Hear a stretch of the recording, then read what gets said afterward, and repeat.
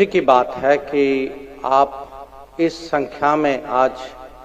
विदेश नीति के एक चर्चा पे आए हैं और ये मामूली बात नहीं है, क्योंकि नॉर्मली जो है विदेश नीति एक किस्म से थोड़ी स्पेशलाइज्ड सब्जेक्ट मानी जाती है और ज़्यादातर लोगों के मन में है कि कोई दिल्ली में संभाल रहा होगा, तो हमें परवाह करने की ज़रूरत क्या है, हमें सोचने की ज़रूरत क्या है, हमें इसके साथ जुड़ने की ज़रूरत क्या है। पर लगता है कि आप लोग जो हैं, आपकी रुचि भी है और कहीं आपको लगता है कि विदेश नीति आपका मामला भी है, और यह मेरे लिए बहुत खुशी की बात है, क्योंकि मेरा जो आज यहाँ आना, और मैं अकेला नहीं आया, मैं अपने साथ 52 राजदूतों का लाया। तो गुजरात के प्रतिनिधि के रूप में मैंने उनको नवरात्रि एक्सपीरियंस के लिए मैंने इनवाइट किया। तो उनके लिए तो ये एक किस्म से नो योर इंडिया प्रोग्राम है, मेरे लिए नो योर एम्बेसडर्स प्रोग्राम। पर आपके लिए आज मैं चाहता हूं कि ये नो योर वर्ल्ड प्रोग्राम।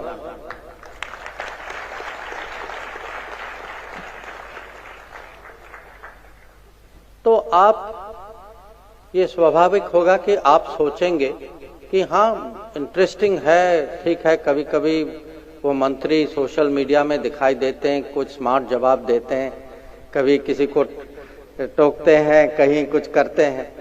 पर आप कभी कभी सोचिए कि आप ज्यादातर मेरे सामने स्टूडेंट्स हैं,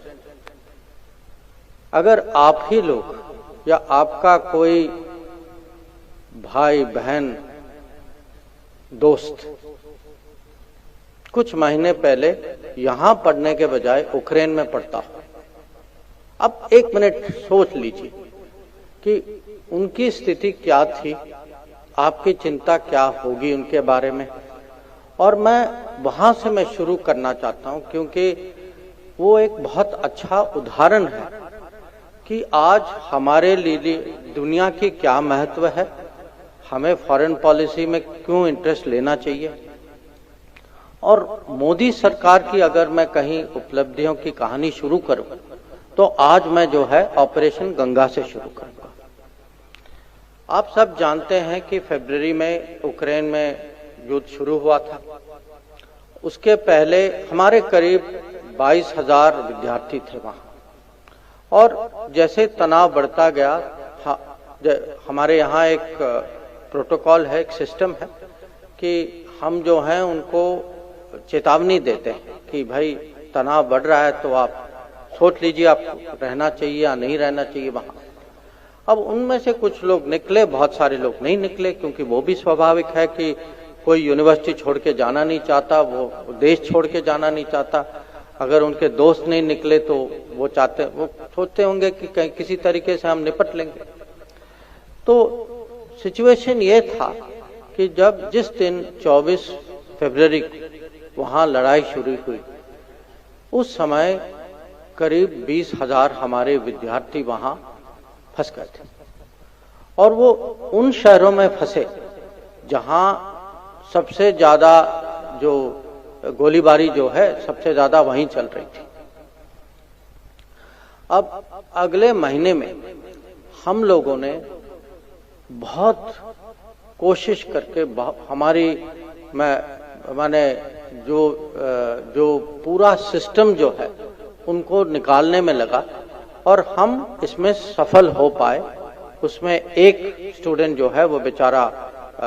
वो उसकी मृत्यु हो गई थी, पर उसके अलावा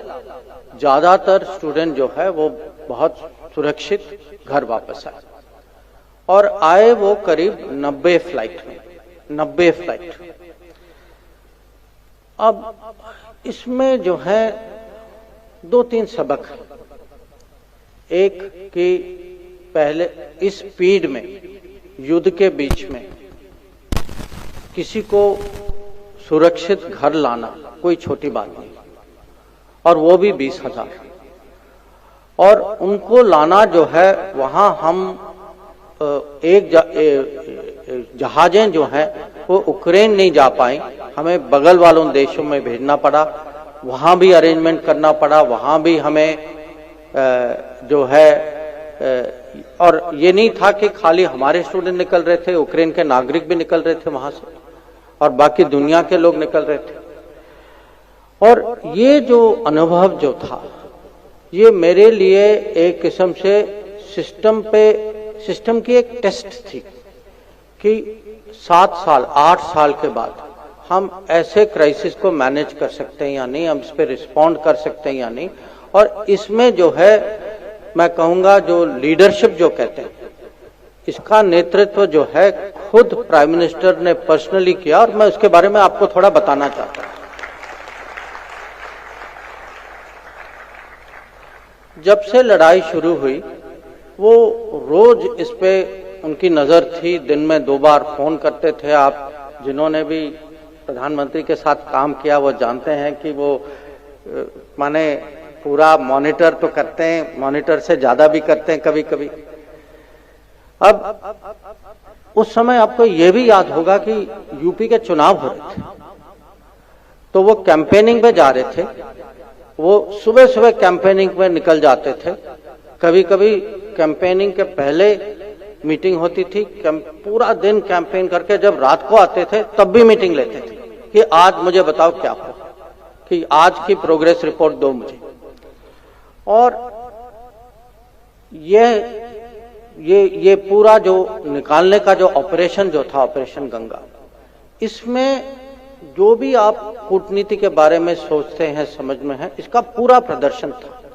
जैसे कहते हैं कूटनीति में आपको पर्सनल रिलेशनशिप बनाना है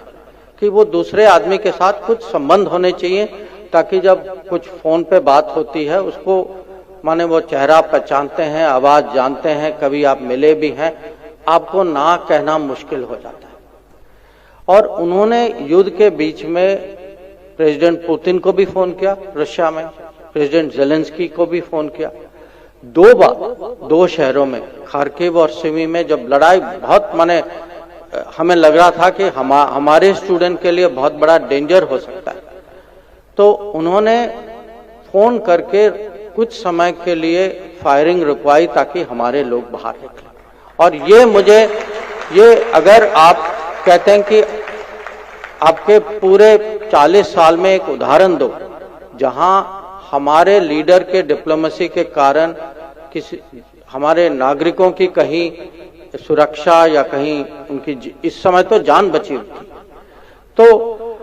एक तो यह था। पर आपने उस समय कुछ और भी कहानियां सुनी होगी या टीवी में देखा होगा कि हमारे जब स्टूडेंट निकल रहे थे और उस समय अपनी सुरक्षा के लिए लोगों ने, स्टूडेंट ने ऊपर हाथ में झंडा रखा और उस झंडे के कारण, और लोग आजकल झंडा पहचानते हैं, तो लोग जानते थे कि ये भारत के स्टूडेंट्स हैं और उनको कहीं ना कहीं रास्ते में मदद तो मिलती थी। और यह भी सच है कि कुछ अगल बगल के देश के विद्यार्थी, उन्होंने भी झंडा हाथ में ले लिया, हमारा झंडा हाथ में ले लिया।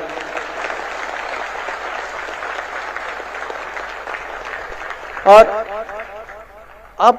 सोचिए एक मिनट कि उनको भी लगा होगा कि भाई इस देश में कुछ है, कि इनके झंडे से मेरे लिए भी कुछ फायदा। तो